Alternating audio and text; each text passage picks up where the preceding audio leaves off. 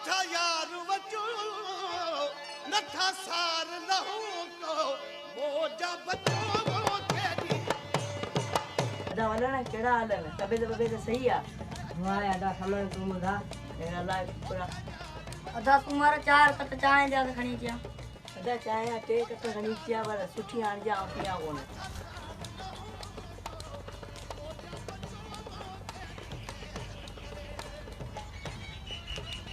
अरे ई मासूम फातिमा रो वाक्य बुधो तो ई पीर त गोलियो लाइक है एड़े पीरन के सरेआम फांसी दिनी हुई आस्ते गलाए पीर वडा पोस्टल न को बुद्धि न वठे बुद्धि वरतू कूड़ो कैसे करे कदा जेल जे हवाले तो दौर न आहे रहियो नंढे ऐं वॾे खे शऊर अची वियो आहे हाणे केर बि कंहिंजो गुलाम न आहे अदा ॿुधो त सुकत नूनारी नाले शख़्स फातिमा न वॾो आवाज़ उथारियो आहे जंहिंखे होत ई धमकियूं मिलनि पयूं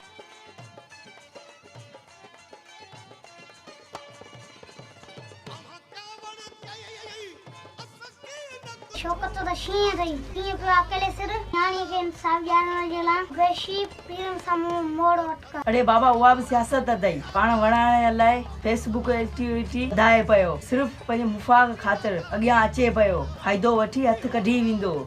अरे माठ कर दल्ला तोखे शर्म नथो अचे अहिड़ियूं आयात ॻाल्हियूं थो करी तोखे फेसबुक हलाइण अचे थो पढ़ियल आहीं जी हाँ पेरिया कुमारी के सुञाणी थो केड़ी जेका धाड़े वालन 2 साल अॻे अगवा कई हुई हा उहा पेरिया जेका 2 साल अॻु धाड़ियल न अगवा कई पर उन जो को पतो पइजी सघियो पर साईं उहो कम त कानून जो आहे ऐं त पुलिस वारो त न आहियां कहिड़ो कानून है कहिड़ी पुलिस उन कानून जी ॻाल्हि थो कई जंहिंजे पेरनि में पेरिया जी माउ पंहिंजो रओ विझी ऐं पंहिंजी नियाणी जी आज़ादी जी ख़ैरात घुरी हुई अगरि कानून हुजे हा त पेरिया खे आज़ादु कराइण बि कानून जो फर्ज़ हो उन्हनि पेरिया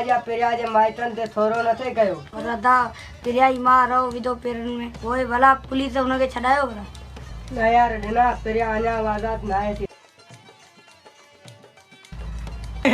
फर्ज़ पुलिस पूरा कोन कया कावड़ कनि था असां ते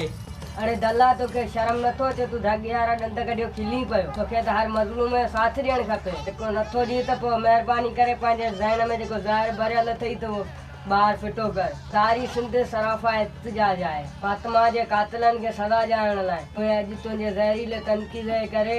हथ कढी विया त हिन नियाणी सां इंसाफ़ थींदो पोइ अहिड़ा पीर कमीना असद शाह जहिड़ा हर रोज़ मासूमनि सां ज्यादतियूं कंदा रहंदा को आवाज़ उथारण वारो ई कोन हूंदो ऐं पोइ उन्हनि जे माइटनि जे अंदर मां जेका आह निकिरंदी सा गोलीअ खां तिखी हूंदई तूं हुन बददुआ दर पंहिंजे तरफ़ पियो खोली अरे यार वञण मूंखे माफ़ कजां अहिड़ी आईंदा ग़लती मूंखां कोन थींदी प्यारा दोस्तों उम्मीद आहे तव्हांखे पोइ मुंहिंजी वीडियो पसंदि आई हूंदी ऐं उम्मीद आहे त कॾहिं बि कंहिंजी दिलि आज़ारी कोन कंदो जेका बि पोस्ट वग़ैरह लिखंदो त उहा सोचे सम्झी लिखंदो